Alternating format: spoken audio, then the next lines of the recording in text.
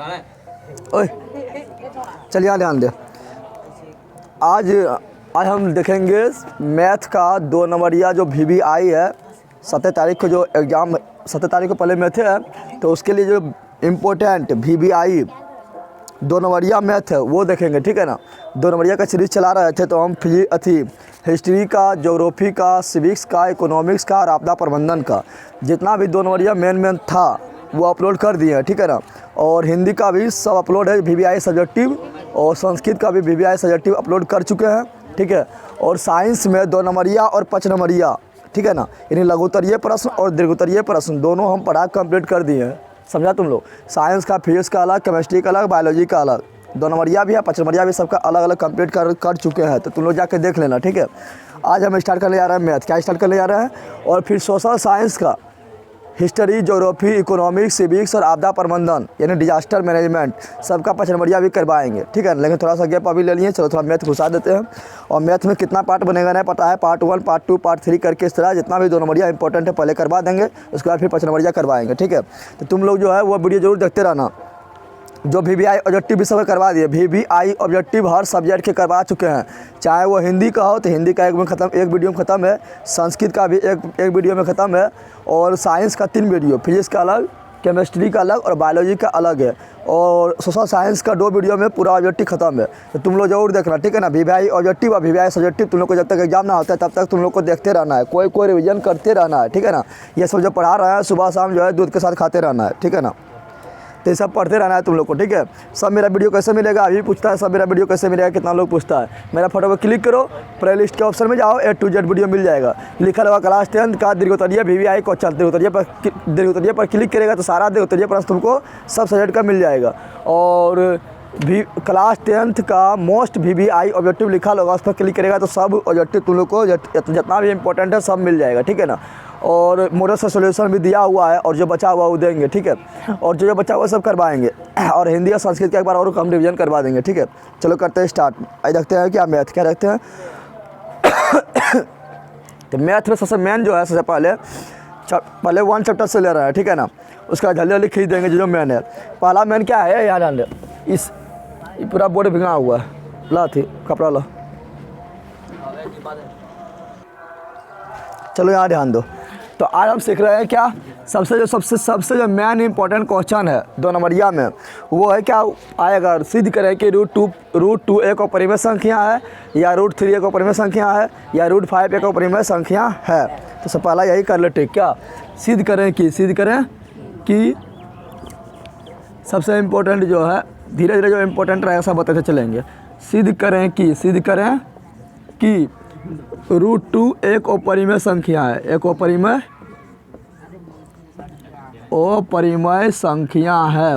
संख्या है, ये सिद्ध करना है, ठीक है ना।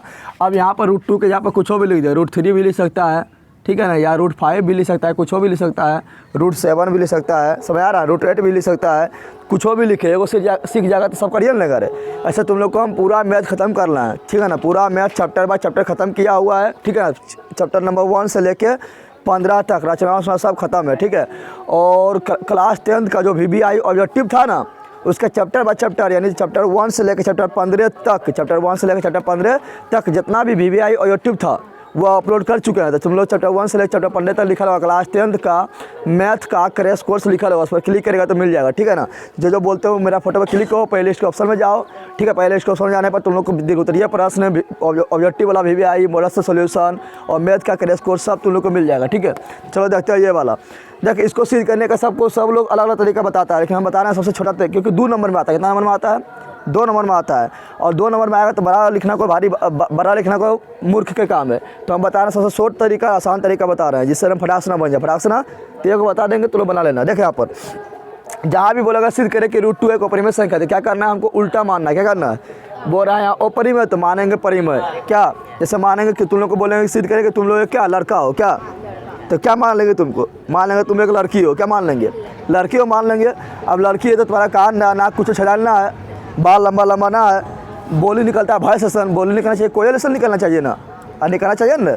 हाँ तो इससे क्या हुआ, इससे मेरा मानना क्या हुआ, गलत हो गया कि तुम लड़का है, यानी तुम क्या है, लड़की है, क्या है। तो उसी प्रकार इसको भी करेंगे, क्या करेंगे, इसको भी क्या करेंगे तो लिखेंगे तुरंत, लिखेंगे यहाँ हल, क्या लिखेंगे, मैथ जब भी बनाएंगे तो हल लिख के बनाना, ठीक है ना। हल मतलब सॉल्व, हल मतलब तो क्या लिखेंगे, माना, क्या लिखेंगे, हम शॉर्ट तरीका बता रहे हैं, अच्छा तरीका बता रहे हैं, माना, माना की रूट टू, पानी पूरा आ रहा है, माना की रूट टू, माना तो की रूट टू एक परिमेय संख्या है, एक परिमेय संख्या है, एक परिमेय संख्या है, एक परिमेय संख्या है, एक परिमेय संख्या है। और हम जानते हैं कि कोई भी संख्या परिमेय होता है, कोई भी संख्या परिमेय होता है तो उसे हम p/q के रूप में आराम से लिख सकते हैं, क्योंकि परिमेय संख्या का हम p/q के रूप में आराम से लिख सकते हैं। तो इसलिए रूट टू बराबर क्या हुआ, p/q, क्या हुआ p बाय, और यहाँ लिख देना है क्या, p/q, जहाँ p और q में, जहाँ p और कोई भी उभयनिष्ठ गुणनखंड नहीं है। अभी बताएंगे उभयनिष्ठ गुणनखंड मतलब क्या होता है। लिखना है जहाँ p तथा q में, p तथा q में कोई उभयनिष्ठ गुणनखंड, कोई उभयनिष्ठ गुणनखंड स्थित नहीं है, उभयनिष्ठ गुणनखंड, कोई उभयनिष्ठ गुणनखंड, p तथा q में कोई उभयनिष्ठ गुणनखंड नहीं है। एवं हम जानते हैं कि कोई संख्या p/q के रूप में होता है, p/q के रूप में होता है तो उसे परिमेय संख्या कहा जाता है। और जहाँ पढ़ते हैं लास्ट में q = ≠0 पढ़ते हैं ना, यानी q जो मेरा है एवं q = ≠0 इतना लिख देना है। अब बोलेगा ये क्यों लिखे, इसका मतलब क्या होता है, इसका मतलब होता है कि p और q जो है ना एक दूसरे से कटने वाला ना है, एक दूसरे से कटने वाला, क्योंकि p तथा q में कोई उभयनिष्ठ गुणनखंड ना है, कोई गुणनखंड ऐसा है नहीं करता है कि जो इसको काट सके। काट जैसे बोलेंगे यहाँ पर 8, यहाँ दे देंगे 4, या यहाँ पर मान लो दे दिए क्या, यहाँ दे दिए 6, क्या दे दिए, तो इसका उभयनिष्ठ गुणनखंड क्या हो जाएगा 2, क्योंकि इसका महत्तर सावतर निकालेंगे तो 2 आएगा, तो 2 से भी खचाक और 2 से भी खचाक, तो यहाँ उभयनिष्ठ गुणनखंड है ना। लेकिन यहाँ पर कर दिए 7/6, तो बताया इसका उभयनिष्ठ गुणनखंड कुछ है ना, यानी अभी दोनों कटने वाला ना है तो इसका उभयनिष्ठ गुणनखंड नहीं है, इसका उभयनिष्ठ गुणनखंड। तो वही यहाँ बोले कि जहाँ p और q में कोई उभयनिष्ठ गुणनखंड ना है, यानी p और q कभी कटने वाला नहीं है। जब कभी नहीं कटता है तो उसको बोलते हैं क्या, सहअभाज्य संख्या बोलते हैं ना। और सहअभाज्य संख्या का महत्तर सावर्तक 1 होता है, पता है ना। तो यहाँ हम लिख सकते हैं कि जहाँ p तथा q एक सहअभाज्य संख्या है, e भी लिख सकते हैं, e भी लिख सकते हैं क्योंकि ये नहीं कटेगा तो इसका महत्तर सावर्तक निकाल तो 1 आएगा ना, और ये सहअभाज्य क्या हो गया। तो यहाँ पर जहाँ p तथा q में कोई उभयनिष्ठ गुणनखंड नहीं है, इसके स्थान पर हम e भी लिख सकते हैं, जहाँ p एवं q एक सहअभाज्य संख्या है, उसका मतलब भी यही हुआ। समझ तो लोग आ गया। चलो अब क्या करेंगे, अब करेंगे दोनों तरफ वर्ग, क्या करेंगे, दोनों तरफ क्या करेंगे, वर्ग। तो लिखेंगे दोनों ओर वर्ग करने पर, दोनों ओर काफ़ी इंपॉर्टेंट है, इसको हम VBI कम कर लेना, ठीक है ना। अब √2 रहे, √3 रहे, या √7 रहे, या √5 रहे, 5 लिखना भूल गए, या कुछ भी रहे, कोई दिक्कत है क्या। तो दोनों ओर वर्ग करने पर, दोनों ओर वर्ग करने पर, दोनों ओर कर रहा है वर्ग, तो इधर वर्ग करेंगे तो √2 का वर्ग, इधर भी वर्ग करेंगे तो p/q का वर्ग हो गया। √2 का वर्ग करेंगे तो क्या होगा, रूट बोलेगा हम भागलियो, रूट क्या बोलेगा, रूट बोलेगा हम भागलियो, यानी रूट गायब, बचेगा 2, इधर बचेगा p/q, इधर स्क्वायर और स्क्वायर, दोनों पर स्क्वायर हो जाएगा, ये बोलेगा हमू स्क्वायर, ये बोलेगा हमू स्क्वायर। अब ऐसा करते हैं, हम जानते हैं कि p और q तो कटने वाला ना है, ना कटने वाला है, एक q को इधर भेज देते हैं, एक q को इधर भेजेंगे तो क्या आ जाएगा 2q, क्या हो जाएगा 2q, यहाँ हो जाएगा p²/q। अब देखो यहाँ सबका अलग अलग नियम लगा के अपना बनाता है, लेकिन हम सबसे शॉर्ट नियम बता रहे हैं। यहाँ तुम लोग को यहाँ के बाद क्या करता है, सब लोग बहुत ज़्यादा लिखवाता है, लेकिन 2 नंबर में बहुत ज़्यादा लिखना थोड़े है, सबसे शॉर्ट बताते हैं जो सबसे आसान होगा और ईजी होगा, ठीक है ना, वो बता रहे हैं। अब तुम लोग एकदम ध्यान से इसको देखो, इसको बोलेंगे समीकरण 1, क्या बोलेंगे, समीकरण 1। अब तुम लोग इसको एकदम ध्यान से देखो, ठीक है ना। ये क्या है मेरा, तो ये दोनों कटने वाला है, p² q से कभी कटेगा, कभी नहीं कटेगा। क्यों नहीं कटेगा, तो यहाँ पहले लिख दिए जहाँ p तथा q में कोई उभयनिष्ठ गुणनखंड नहीं है। जब उभयनिष्ठ हेबन करता है तो काटेगा कौन, कोई काटने वाला इसको जन्म लिया, कोई जन्म ना लिया तो काटेगा नहीं, कटेगा नहीं। और जब कटता नहीं है, कटता जैसे 1/2 ये नहीं कटेगा, 3/7 अब ये नहीं कटेगा। तो जब नहीं करता है तो हमेशा बट्टे के रूप में रहता है, बट्टे के रूप में। और बट्टा को बोलते हैं भिन्न, क्या बोलते हैं, भिन्न संख्या, क्या बोलते हैं। तो इधर मेरा हो गया भिन्न संख्या, इधर मेरा क्या हो गया, इधर मेरा हो गया ये भिन्न संख्या, ये क्या मेरा हो गया, ये हो गया मेरा भिन्नांक, क्या हो गया ना, हो गया। और ये मेरा भिन्न हो गया, लेकिन ये भिन्न है क्या, नहीं, ये क्या है, संख्या के रूप में है। ये मेरा प्लस भी हो सकता है, माइनस भी हो सकता है, लेकिन बट्टा में कभी होगा, ये कभी बट्टा में होगा, बट्टा में ना होगा तो कभी भिन्न होगा। तो ये मेरा क्या होगा, पूर्णांक। क्या होगा, पूर्णांक। तुम लोग समझ रहा है ना, पूर्णांक संख्या मतलब होता है क्या, प्लस माइनस में संख्या रहे, ठीक है, प्लस माइनस 1 प्लस माइनस 2, ठीक है ना, इस प्रकार बढ़ते बढ़ते या जीरो भी हो सकता है, यानी प्लस में 1 प्लस में 2 या माइनस में 1 माइनस में 2 माइनस में 3, ये सब इस तरह हो सकता है। तो पूर्णांक मतलब होता है प्लस में 1 2 3 4 5 6 7 8, या माइनस में 1 2 3 4 5 6 7 8, या जीरो। पूर्णांक मतलब यही होता है, बट्टा कभी पूर्णांक मतलब ना होता है। तो ये बट्टा नहीं ना, तो ये मेरा पूर्णांक है। क्या है, अब बता, ये मेरा है बट्टा में, ये है पूर्णांक में, दोनों कभी बराबर हो सकता है? अरे पगल भाई, तो बट्टा हमें नहीं करता है, आई बट्टा में है, आई कभी कटबो नहीं करेगा। तो जब कटबे नहीं करेगा तो ये रूप में कभी आ सकता है, ना आ सकता है। यानी ये जो मेरा है, ये जो मेरा है, ये मेरा क्या पूर्णांक का हो गया भिन्नांक। तो कभी भी पूर्णांक और भिन्नांक बराबर नहीं होता है। होता है क्या? तो लिखेंगे यहाँ समीकरण 1 से, क्या लिखना है, लिखना है समीकरण 1 से, समीकरण 1 से ना, सबसे इजी तरीका। समीकरण 1 से क्या लिखना है, लिखना है पूर्णांक संख्या बराबर, पूर्णांक संख्या इधर है ना, पूर्णांक संख्या बराबर भिन्नांक संख्या, ना हो गया, भिन्नांक संख्या हो गया। जो पूर्णांक संख्या बराबर भिन्नांक संख्या, पूर्णांक संख्या बराबर भिन्नांक संख्या, जो कि असंभव है। क्या है, ये कभी संभव है? तो लिखेंगे डायरेक्ट शॉर्ट में लिखेंगे, जो कि असंभव है, जो कि असंभव है। कभी संभव है कि पूर्णांक संख्या और भिन्नांक संख्या के बराबर हो सकता है? कभी संभव है, तो लिखेंगे जो कि असंभव है। अतः क्या लिखेंगे, अतः हमारा मानना गलत हुआ, हमारा मानना रूट टू एक परिमेय संख्या गलत सिद्ध हुआ। क्या हुआ, हमारा मानना रूट 2 एक परिमेय संख्या गलत हुआ। जब गलत हो गया तो रूट 2 परिमेय ना है तो क्या है, तो लिखेंगे इसलिए। क्या लिखेंगे, तुरंत लिखेंगे इसलिए रूट 2 एक अपरिमेय संख्या है, अपरिमेय संख्या है। समझ तुम लोग आ गया? देखिए इससे भी इजी होता है कि तो 2 नंबर में आएगा तो एक कोई बताता है बहुत सारा लिखने उखने बताएगा बहुत सारा, लेकिन हम शॉर्ट में बता दिए ना, शॉर्ट ना है ना, बेस्ट लिखा है, नंबर भी नहीं कटेगा, ठीक है, और ज़्यादा दिमाग वहाँ भी नहीं लगेगा, फ्राक्शन बना लेगा। समझ तुम लोग आ गया रे? तो यही इसी तरह सिद्ध करना है, ठीक है ना। अगर पूछेगा रूट 3, जहाँ रूट 2 है, जहाँ पर रूट 2 है वहाँ रूट 3 खरीद डाल देंगे, नो चेंज। पूछेगा रूट 5, तो जहाँ पर रूट 2 है वहाँ पर रूट 5 खरीद डाल देंगे, नो चेंज। जहाँ पर पूछेगा रूट 7, तो जहाँ रूट 2 है वहाँ पर रूट 7 डाल देंगे। समझ आ गया ना?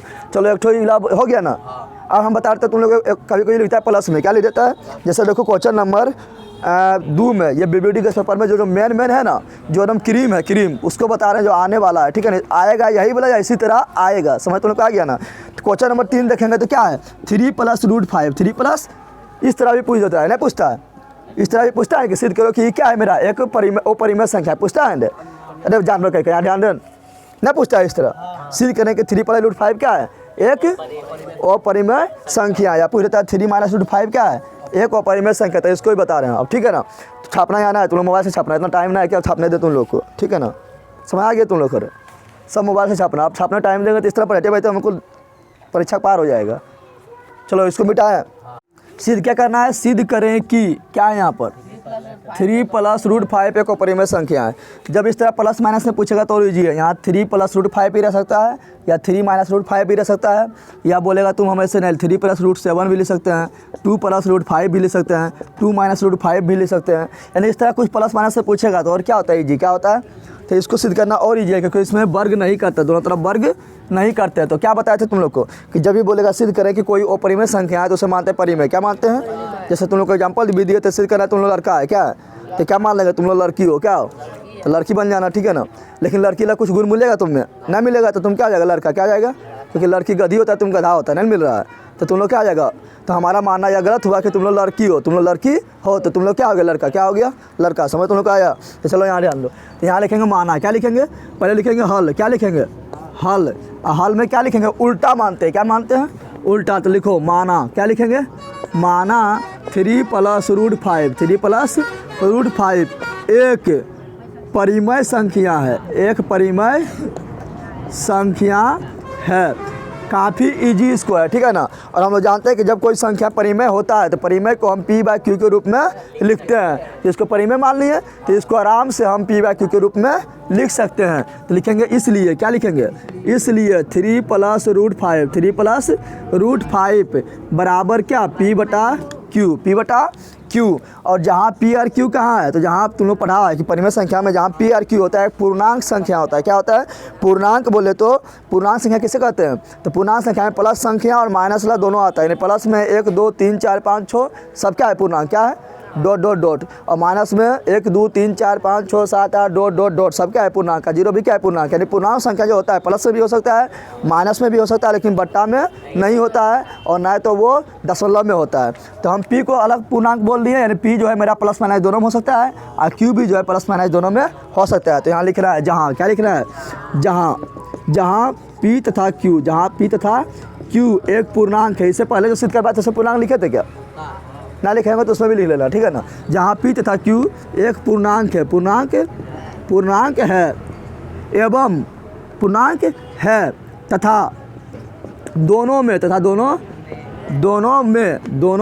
में कोई उभयनिष्ठ गुणनखंड नहीं है, कोई उभयनिष्ठ गुणनखंड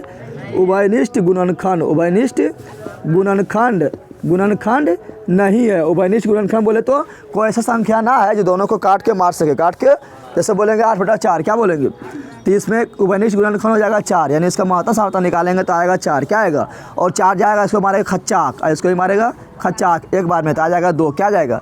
लेकिन यहाँ पर कोई सा उभयनिष्ठ गुणनखंड ना है जो इसको काट सके, यानी कोई इसका महत्ता सामता क्या आएगा, 1, क्या आएगा।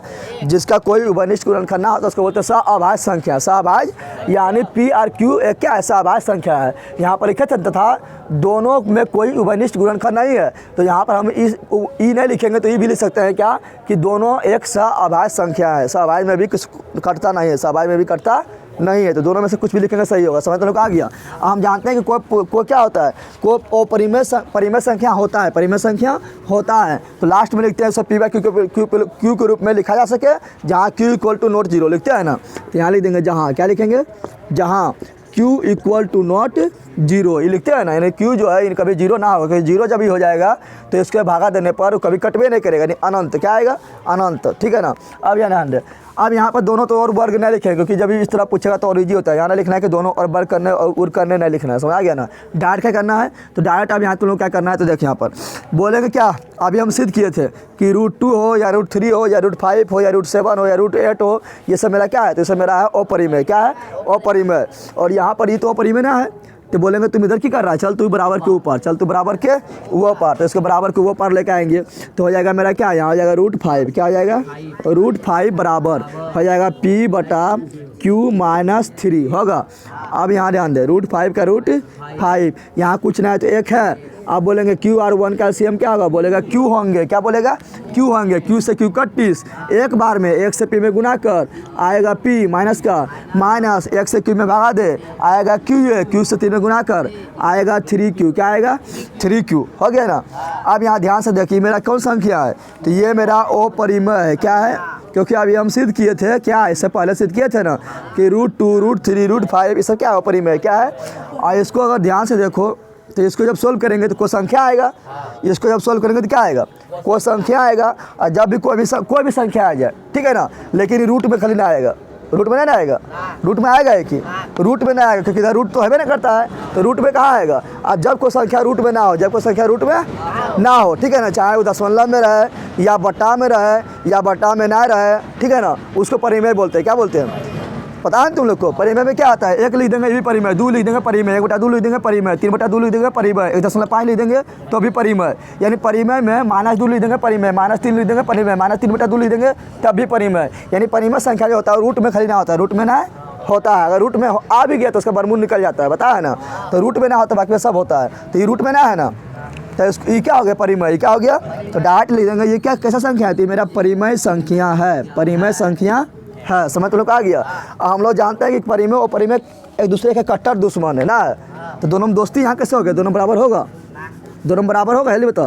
तो यहाँ बोल रहा है बराबर है, यहाँ क्या बोल रहा है, यहाँ क्या बोल रहा है, बोल रहा है अपरिमेय बराबर परिमेय, अपरिमेय बराबर समीकरण 1, समीकरण 1। तो लिखेंगे समीकरण 1 से क्या लिखेंगे, समीकरण एक से छापना अपना दीवाना लगाना, अगर ऐसा नहीं बनेगा तो मर जाएगा पानी में डूब के, इतनी पानी में, ठीक है ना, नाका डुबाना खाली, मर जाएगा अपने। समीकरण एक से क्या हो गया, समीकरण एक से मेरा हो गया अपरिमेय संख्या बराबर, अपरिमेय संख्या बराबर क्या हो गया, परिमेय संख्या। ये दोनों कट्टर दुश्मन है, दोनों बराबर होगा, हम जानते हैं कहीं बराबर ना हो सकता है, यानी हम ही कहीं गलती की है, हम ही कहीं गलती कहाँ की है, मानने में कहाँ की है। तो लिखेंगे अतः, क्या लिखेंगे, अतः मेरा मानना कि 3 + √5 एक परिमेय संख्या है, या गलत हुआ, या क्या हुआ, गलत हुआ, ठीक है ना, गलत हुआ। इसलिए 3 + √5 एक अपरिमेय संख्या है, अपरिमेय संख्या है। क्या हो गया, लिख देना है प्रूव्ड, क्या लिखना है, प्रूव्ड। समझ तुम लोग का आया तो बना लेगा, इस तरह आएगा तो प्लस में कुछ आएगा तो बन जाएगा ना, कोई दिक्कत होगा क्या। तो चलो एक ठो बता दिए तुम लोग को, 2 को बता दिए हैं, अब इससे ज़्यादा नहीं आएगा। यहाँ माइनस भी रह सकता है, यहाँ माइनस रहेगा तो क्या आ जाएगा, 3 - √5 = p/q हो जाएगा। अब देखिए यहाँ पर ये माइनस में है ना, अगर 3 को पार करेंगे तो माइनस में रह जाएगा, दिक्कत हो जाएगा ना, हो जाएगा तो बोलेंगे तुम चल जा उधर, प्लस में हो जाएगा, इधर जाएगा तो प्लस में हो गया। इसको बोलेंगे आ जा इधर, आ जा तो हो जाएगा 3 - p/q। अब वही ये मेरा अपरिमेय हो गया, इसका भिन्न का घटा करते हो जाएगा परिमेय, क्या जाएगा, ये तली देंगे परिमेय बराबर 9 परिमेय बराबर 9 अपरिमेय। अतः मेरा माना गलत हुआ कि ये एक परिमेय है, तो क्या है, अपरिमेय है, बन जाएगा। हाँ, एक तो इस तरह भी पूछता है, पूछेगा सिद्ध करें, क्या पूछेगा, सिद्ध करे कि 1/√2 एक अपरिमेय संख्या है, नहीं पूछता है, बटा में भी रहेगा, पूछेगा अपरिमेय संख्या है, पूछता है ना, इसको मिटा देखिए। हाँ चलो यहाँ ध्यान दो, तो इस तरह भी पूछता है। ये देखो क्वेश्चन नंबर कितना में, 48 में, कितना में 48 में पूछा गया है ना। अब देखो इस तरह पूछेगा तो और ईजी है, क्या है, और ईजी है। पहले क्या करना है, पहले हम बता दें तुम लोग को, जब भी पूछेगा अपरिमेय है तो मानना है परिमेय, क्या पूछेगा लड़का है तो मानना लड़की, लड़की पूछेगा तो मानना लड़का, गुण नहीं मिलेगा तो हो जाएगा सिद्ध, ठीक है ना।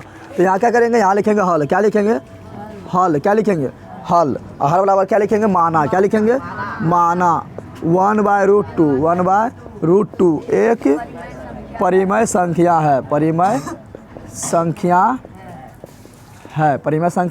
है, मान लिया ना। अब क्या करेंगे, तो आप ये ध्यान दो, इसका बनाने का बहुत सारा तरीका है, ठीक है ना, लेकिन सबसे जो अच्छा तरीका है और सबसे छोटा जो तरीका है वो बता रहा है, ठीक है ना। ऐसे इसके बराबर हम p/q भी मान के बना सकते हैं, ठीक है ना, p/q भी मान के बना सकते हैं, लेकिन p/q मानेंगे थोड़ा बड़ा होगा, क्या होगा, तो इस तरह जब बटा में रहेगा तो इसको मान लेना है, इसके बराबर r, क्या मान लेना है, r बहुत छोटा बन जाएगा और अच्छा समझ भी आ जाएगा, समझ तो लोग आ गया ना। तो लिखना है इसलिए जब परिमेय संख्या है तो इसको क्या लिख सकते हैं, p/q के रूप में लिख सकते हैं ना, लिख सकते हैं, लेकिन लिखेंगे यहाँ पर r, क्या लिखेंगे। अब बोलेगा ये r क्या है, परिमेय है, तो हाँ है, अरे 1 2 3 4 या -1 -2 -3 जब बटा में ना है तभी तो परिमेय है ना, तभी परिमेय ना है। कैसे परिमेय है, कि कुछ ना है तो एक है, कुछ ना है तो एक है, कुछ ना है तो हो गया p/q ना, हो गया p/q हो गया। तो यहाँ पे कुछ ना तो एक है ना, कुछ नहीं है तो क्या है, एक है तो हो गया p/q, ये मेरा p और ये मेरा q, पता है ना, हो गया p/q। तो इसके बराबर मान लिया r, क्या मान लिया, r क्या माने, r मान लिया ना। और लिख देंगे जहाँ r क्या है, तो जहाँ r एक पूर्णांक है, जहाँ r एक पूर्णांक है, पूर्णांक संख्या है, तथा निकाल देंगे। यहाँ p/q कहाँ नीचे पूछे बोला, हम ले लेना जाएगा, तथा निकाल देंगे। अब यहाँ पर था p/q तो 2 को था, तब ने लिखे तथा करके लिखे, यहाँ पर क्या लिखेंगे भाई, स्कूल करना है, नीचे पहले है कहाँ कौन सी, हम ले लेना जाएगा। हाँ नीचे में था तब नहीं लिखे, दोनों में है तो दोनों वहाँ कहाँ है, एगो तो हमें करता है, नीचे में तो एक छिपा रहता है, हम ले लेना जाएगा ज़िंदगी भर। अब यहाँ ध्यान दे, अब क्या करेंगे, यहाँ ध्यान दे, √2 को भेज देंगे इधर, √2 को भेज देंगे, r को बुला लेंगे इधर, r को बुला लेंगे तो हो जाएगा 1/r, क्या आएगा, √2 चल जाएगा उधर, √2 चल जाएगा उधर, चल जाएगा ना। इसको लिखेंगे समीकरण 1, क्या लिखेंगे, समीकरण 1 लिख दिए। अब यहाँ तुम लोग ध्यान दो, हम जानते हैं अभी सिद्ध किए थे कि √2 √3 √5 √7 क्या अपरिमेय, क्या है अपरिमेय है, बताए थे ना। तो ये मेरा क्या हो गया, अपरिमेय संख्या ना हो गया। और ये क्या है मेरा, तो इधर रूट में ना है, तो रूट में जब भी नया संख्या रहे, तो चाहे कोनो संख्या रहे, चाहे वो माइनस में हो या प्लस में हो या दशमलव में हो या बट्टा में हो, कोई भी संख्या है रूट में ना रहे, रूट में ना रहे, और रूट में रहबो करेगा तो उसका वर्गमूल निकल जाएगा, रूट में ना रहेगा, ठीक है ना। तो रूट में ना रहे तो होता परिमेय, क्या होता है, तो ये मेरा आगे परिमेय क्या हो गया। अब तुम लोग बोलेगा परिमेय नहीं बोलेंगे, इसको बोलेंगे भिन्नांक, क्या बोलेंगे, तो भिन्नांक संख्या भी एक परिमेय संख्या ही है, समझ तो लोग आ गया ना। अब देखें समीकरण 1 से, समीकरण तो लिखेंगे समीकरण 1 से, समीकरण 1 से क्या हो गया मेरा परिमेय संख्या बराबर, परिमेय संख्या बराबर अपरिमेय संख्या, अपरिमेय संख्या, अपरिमेय संख्या, जो कि संभव है, कभी भी संभव नहीं, क्योंकि दोनों खड़े दुश्मन होता है दूसरे का, बोलता है कभी बराबर होबे न करबो, परिमेय अलग हो परिमेय, और परिमेय जब दोनों मिला रहते तो बनता वास्तविक संख्या, पढ़ा है ना। डाट ऑब्जेक्टिव में पूछता है तो लिखेंगे यहाँ जो कि असंभव है, जो क्या है, जो कि असंभव है।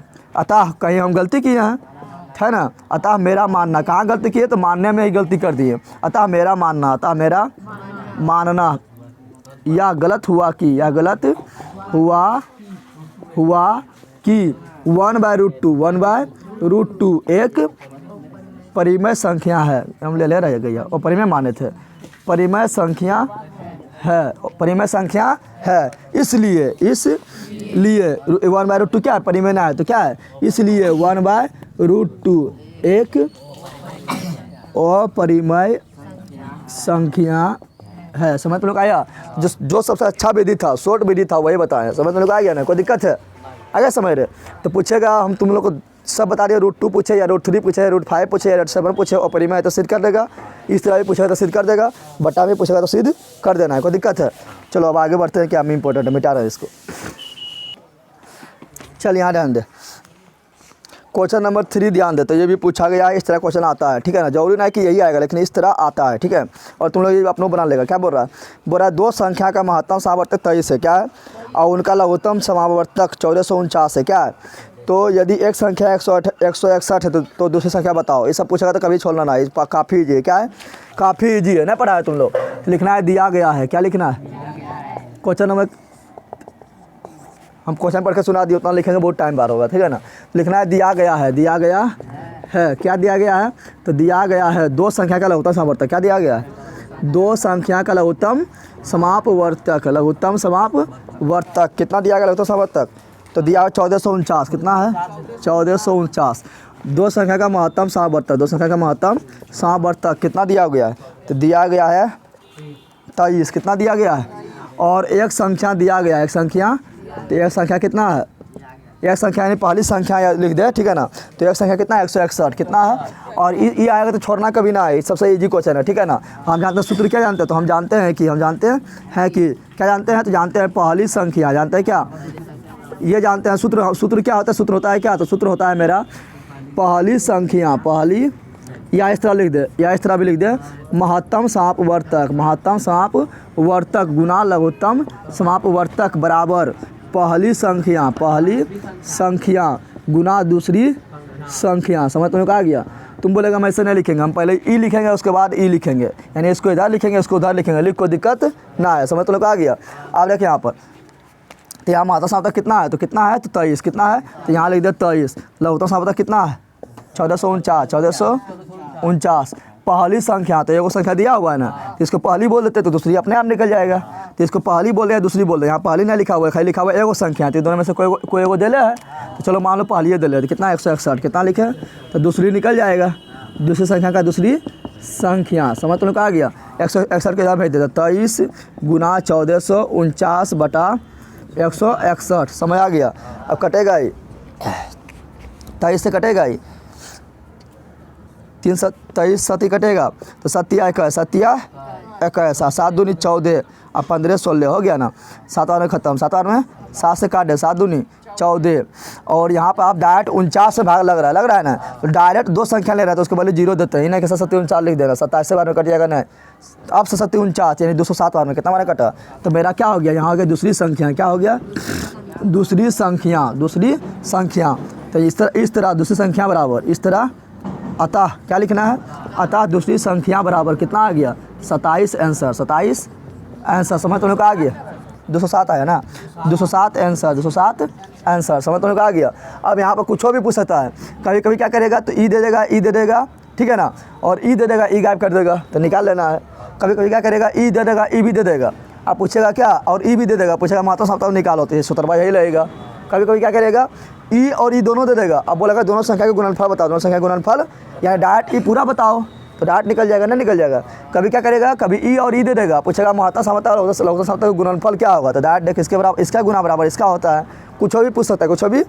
चलो अगला देख, अगला जो है एगो यूक्लिड पर में करवा देते हैं। यूक्लिड तुम लोग सॉल्व करना जानता है। जैसे मान लो कि एगो यूक्लिड ले रहे हैं, प्रश्न संख्या 8 ले रहे हैं, ठीक है ना, और 8 नंबर बोल रहा है, क्या बोल रहा है कि यूक्लिड के विभाजन एल्गोरिदम का प्रयोग कर 272 तथा 1035, 272 तथा 1035 का महत्तम सामर्थ्य निकालें। महत्तम सामर्थ्य निकालें, तो किसका बोल रहा है, बोल रहा है 272 तथा 1032 तथा 1032 का 1032 का। अब बोल रहा है एल्गोरिदम विधि के द्वारा, क्या बोल रहा है, यूक्लिड विभाजन एल्गोरिदम विधि के द्वारा इसका महत्तम सामर्थ्य निकालना है, इसका महत्तम सामर्थ्य निकालना है। समझ तुम लोग आ गया। तो लिखना है यहाँ पर, क्या लिखना है, यूक्लिड, क्या लिखना है, यूक्लिड जो विधि बोल रहा है, यहाँ बोल रहा है क्या, यूक्लिड के विभाजन एल्गोरिदम से, ये बोल रहा है, तो लिखेंगे यूक्लिड, यहाँ लिख देना है पहले हल, क्या लिखना है, हल, ठीक है ना, और लिखना है यूक्लिड विभाजन, यूक्लिड विभाजन एल्गोरिदम, क्या लिखेंगे, एल्गोरिदम या एल्गोरिथम भी बोलते हैं, एल्गोरिदम या एल्गोरिथम भी बोल के, एल्गोरिथम विधि से, एल्गोरिथम विधि से। तो हम जानते हैं इसका बराबर सूत्रबा क्या होता है, सूत्रबा होता है ए बराबर बी क्यू प्लस आर। अब बोलेगा ए किससे बनाएं, तो जो बड़का है उसको ए बोलते हैं, क्या बोलते हैं, समझ तो लोग आएगा, जो बड़का रहता है उसको क्या बोलते हैं, तो यहाँ 1032, समझ आ गया। और जो बच जाएगा छोटका उसको बोलते हैं बी, क्या बोलते हैं, तो यहाँ बी बराबर हो जाएगा 272, क्या हो जाएगा 272। अब तुम लोग अगर सॉल्व करने नहीं जान रहा है तो ऐसे सॉल्व करना है, छोटका को भागा देना है बड़का में, कहाँ भागा देना है, बड़का में भागा देना है, ठीक है ना। समझ तो लोग आ गया। कितना बार में कटेगा जल्दी बता दे, तो कटेगा तो नहीं, लेकिन 3 बार में कर, 272 गुना 3 करेंगे, कितना आएगा, 3 दूनी 6, 7 21, 3 दूनी 6, 7 1 8। बोलेगा 9 लेंगे तो 9 लेके देख ले, अथी 3 लिए ना, 4 बार में लेके देख ले, 4 दूनी 8, 7 चौक 28, 28 के 8 बाकी 2, 4 दूनी 8 और 10 बाकी बराबर हो गया इससे। तो 8 4 बार में लगेगा क्या, तो लगेगा 3 बार में, कितना बार में लगेगा, 3 बार में लगेगा। तो यहाँ पे 3 बार में कितना आया था 816, तो 816 घटा दे, घटाएंगे 12 में से 6 गया 6 ना है, और यहाँ पर बचा कितना 12 में से गया 1, तो कितना ना, यहाँ बचा 2 में से 1 गया, कितना 1, यहाँ बचा 9 में से 8 गया, कितना 10 है, यहाँ बचा 10 में से 8 गया, कितना 2, कितना आया। तो अब क्या करेंगे, तो 3 आया यहाँ पर न, तो ये दोनों गुना, ये दोनों, तो यहाँ लिखेंगे गुना, क्या लिखेंगे, और नीचे वाला जोड़ते हैं, नीचे वाला को करते हैं ना भाग, करते हैं हम लोग, भाजक गुना भागफल जोड़ शेषफल, भाजक गुना भागफल जोड़ शेषफल हो गया। सब तो लोग आया। और जब तक यहाँ पर 0 ना आ जाए, क्योंकि भागफल 0 आएगा तो नहीं कटेगा पूरा, तब ना, यहाँ पर अगर 0 आ गया, यानी ये वाला लास्ट वाला 0 आ गया, यानी पूरी तरह कट गया, तब ना। चलो तो अब क्या करेंगे, तो कहेंगे अगुआ वाला आ जा तू और आगे, और इसको 272 को आगे लेके आएंगे, कहाँ लेके आएंगे, आगे लेके आएंगे, और पिछवाला बोलेंगे तू भी आजा आगे, इसके जगह पर ये आ गया। अब 216 में कितना गुना करेंगे, 272 आएगा, तो 1 से, लेकिन अब कहाँ आया, अभी नहीं आया, तो कुछ जोड़ना पड़ेगा, कुछ जोड़ना, तब ना 272 पूरेगा। कितना जोड़ है जल्दी बता, यानी शेषफल कितना बचेगा, तो 56 बचेगा, कितना बचेगा 56, अभी भी 0 नहीं आया यहाँ पर। अब बोलेंगे तू आजा आगे, तू आजा, इसको आगे बुला लिए, तो इसको बोलेंगे तू आजा यहाँ पर, इसके जगह पर आ गया। कितना गुना करेंगे, 216 आएगा 216 गुना करके दे, 216 आएगा, तो 56 में गुना करते थे, 50 के यहाँ ध्यान दे, 50 ऊपर आएंगे 4 बार, तो 200 हो जाएगा ना, हो जाएगा। लेकिन 6 चौक 24, 6 चौक 24, 5 चौक 20, 20 2 की बड़ा हो गया ना, हो गया बड़ा। तो 3 लेंगे, कितना लेंगे, 3 लेंगे, तो 3 लेंगे तो क्या होगा, 6 18, 6 18, 5 15, बाकी 16, 168 हो रहा है, कितना हो रहा है। तो यहाँ लिखेंगे कितना, 3 बार में कितना लिखेंगे, 3 बार में तो 168 आया ना, तो 168 घटा देंगे, यहाँ पर घटाएंगे ना, तो घटा दे, कितना 16 में 60 गया 8, यहाँ बचा कितना 10 ना, बचा 10, अरे इससे बचा लेंगे 10 ना, हो जाएगा 10 में 6 गया कितना 4, यहाँ बचा कुछ होना नहीं बचा, यानी 48 जोड़ लिखा गया ना, लिखाया किसके बराबर लिखा है 216, यहाँ मिटा दिए 216 लिखाया था ना। अब बोलेंगे तू आ जा आगे, तू आ जा आगे, जब तक यहाँ 0 ना आएगा स्टोर करते रहना। 56 आगे आ गया ना। अब बोलेंगे तू भी आ जा, ये भी आ गया ना। 48 गुना 1, 48 गुना 1 कितना जोड़ेंगे तो 56 होगा।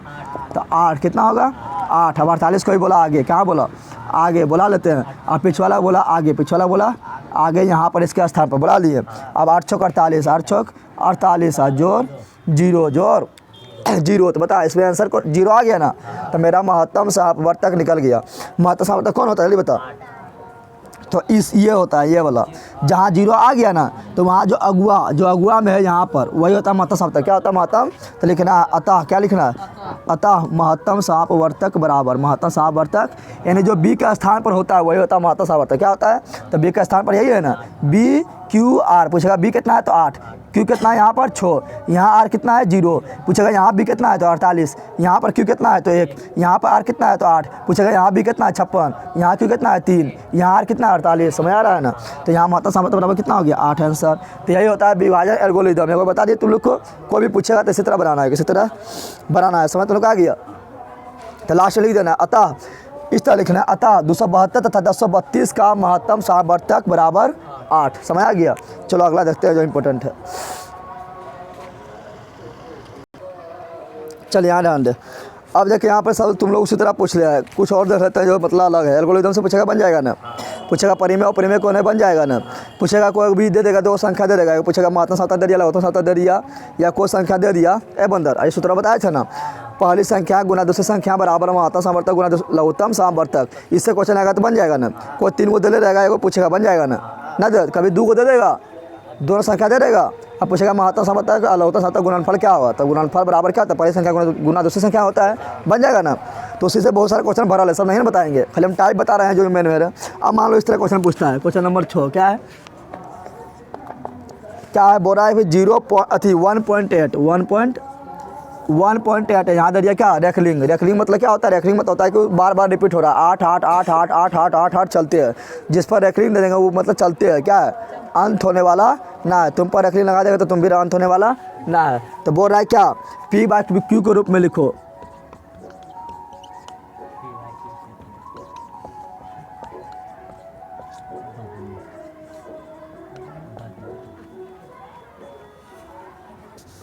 कैसा आएगा वो बता रहे हैं, चलिए यहाँ ध्यान दे।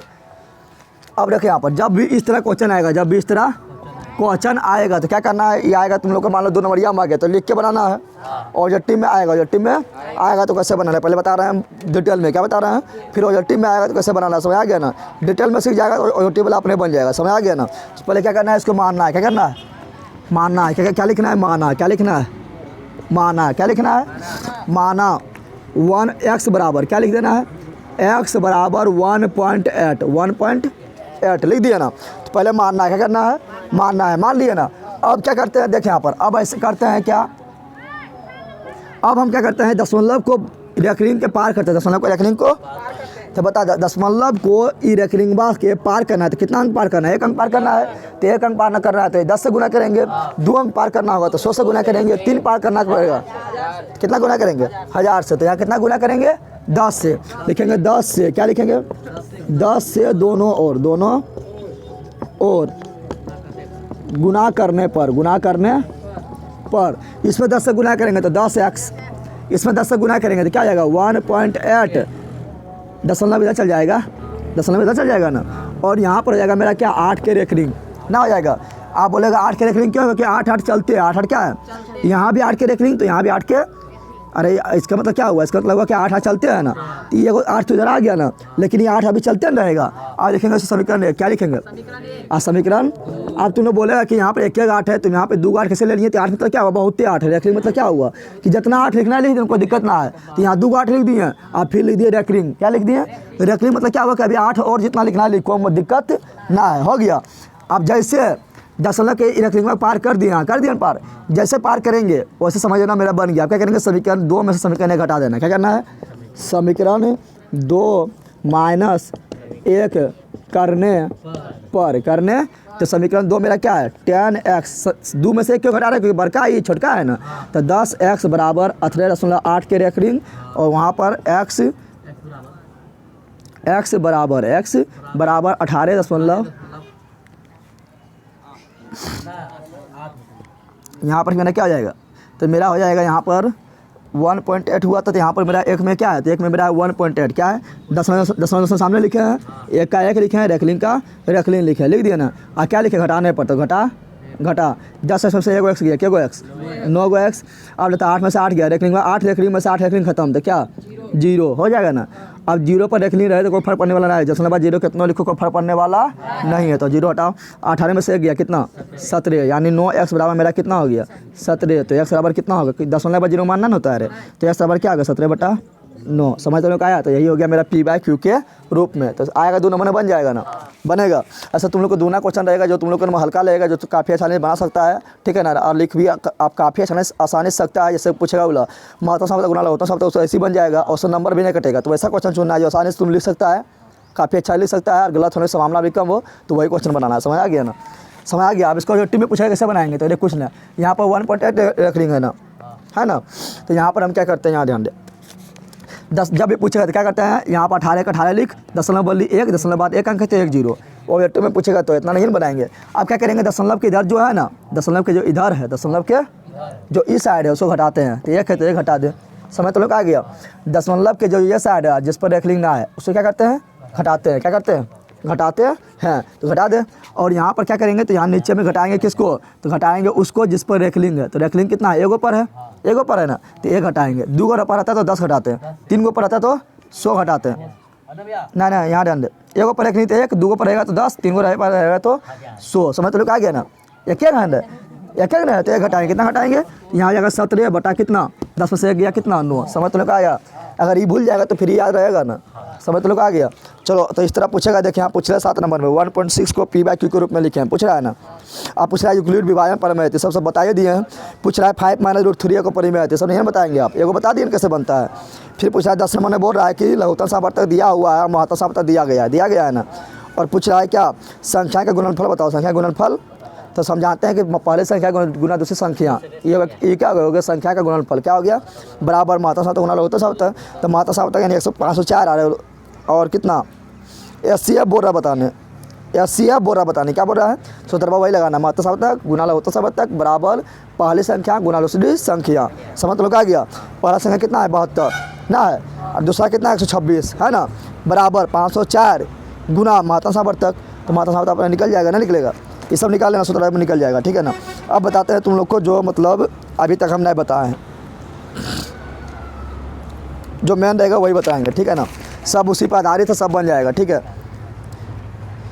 शांत तुम लोग पहचाने जाने करता है ना, शांत किसे बोलते हैं। देखिए यहाँ पर p/q के रूप में कोई संख्या है, अगर हम q को 2n × 5m के रूप में लिख सके तो होता है शांत। क्या होता है, शांत होता है। समझ तो लोग आ गया ना, यानी हर में जो q है उसको अगर 2 और 5 के रूप में लिख देते क्या होगा, शांत। खाली 2 भी आएगा तब भी क्या है, शांत। खाली 5 आएगा तब भी क्या है, अगर दोनों साथे आ गए तब भी क्या है।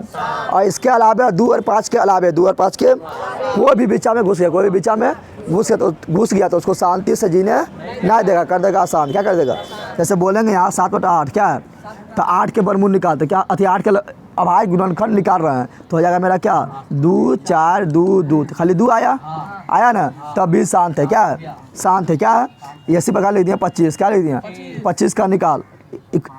यहाँ कब निकालते हैं, जब ये दोनों कट गया, आप कटेगा नहीं है ना, ये ना कि यहाँ पर मान लो कि यहाँ पर देने कितना, यहाँ देने 50, यहाँ देने 25, तो कट जाएगा ना, तो पहले काट लेना है, नहीं कट रहा है तो छोड़ दे, ठीक है ना। 25 के निकालेंगे अभाज्य गुणनखंड, क्या होगा 25, खाली 5 आया ना आया तब भी क्या है, शांत। क्या है, अगर दोनों आ जाए, क्या आया, दोनों आ जाए, मान लो लीजिए 7/50, 7 अब 50 के निकाल, क्या होगा 25 5 5 होगा, तो क्या मेरा आ गया 2 आ गया, और 5 बराबर 2 आ गया ना, तब भी शांत है, तब भी क्या शांत है। लेकिन अब मान लो हम ऐसे लिख दिए, क्या लिख दिए यहाँ पर, क्या लिख दिए, क्या 75, क्या लिख दिया 75 को तोड़ते क्या होगा, 75 को तोड़ेंगे तो क्या आएगा, 3 भी आ जाएगा, नहीं आएगा रे।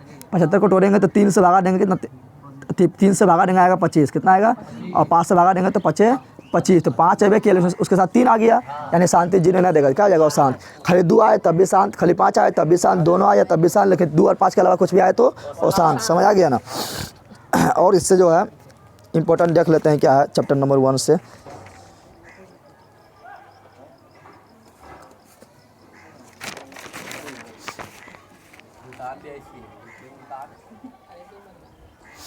देखिए यहाँ पर क्या बोल रहा है 59 नंबर देख एक इस तरफ मतलब आ सकता है। किसी खेल के मैदान के चारों ओर एक वृत्ताकार पथ है, वृत्ताकार पथ है इस मैदान का, इस आप बोलेगा बहुत है आप देखें यहाँ पर, लेकिन इससे पहले हम बताते हैं तुम लोगों को क्या कभी कभी क्या कहता है, दो संख्या देगा, दो संख्या आप बोलेगा अभाज्य गुणनखंड विधि के द्वारा, अभाज्य गुणनखंड विधि के द्वारा इसका महत्तम सावर्तक और लघुत्तम सावर्तक बताओ, महत्तम सावर्तक और लघुत्तम सावर्तक बताओ। समझ तुम लोग आ गया ना। कभी को संख्या दे देगा तो अभाज्य गुणनखंड विधि, अभाज्य गुणनखंड विधि के द्वारा बताना है, कौन विधि द्वारा बताना है, अभाज्य गुणनखंड विधि के द्वारा बताना है। तो खोजते हैं ऐसा कोई क्वेश्चन, ठीक है ना। जैसे यहाँ पर देख लो 9 12 27 है, 43 नंबर क्वेश्चन देख क्या है 9 12 27 क्या है मेरा 9 12 27 9 12 आप एगो बता रहे हैं, आप सब थोड़े बताएंगे, इसमें बहुत ही क्वेश्चन इस तरह दिया हुआ है, सब बताएंगे क्या।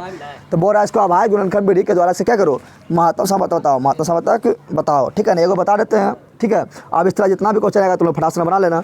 अभाज्य गुणनखंड विधि के द्वारा जब भी बोलेगा महत्तम सावर्तक निकालने, क्या बोलेगा अभाज्य गुणनखंड विधि के द्वारा महत्तम सावर्तक निकालने हैं। तो क्या लेना है, तो लेना है यहाँ पर लिखना है 9 लिखना है हल, क्या लिखना है 9 12 तथा 27 का अभाज्य गुणनखंड, अभाज्य गुणनखंड लिखना है, क्या लिखना है अभाज्य गुणनखंड। अब 9 का निकालना है, ठीक है ना।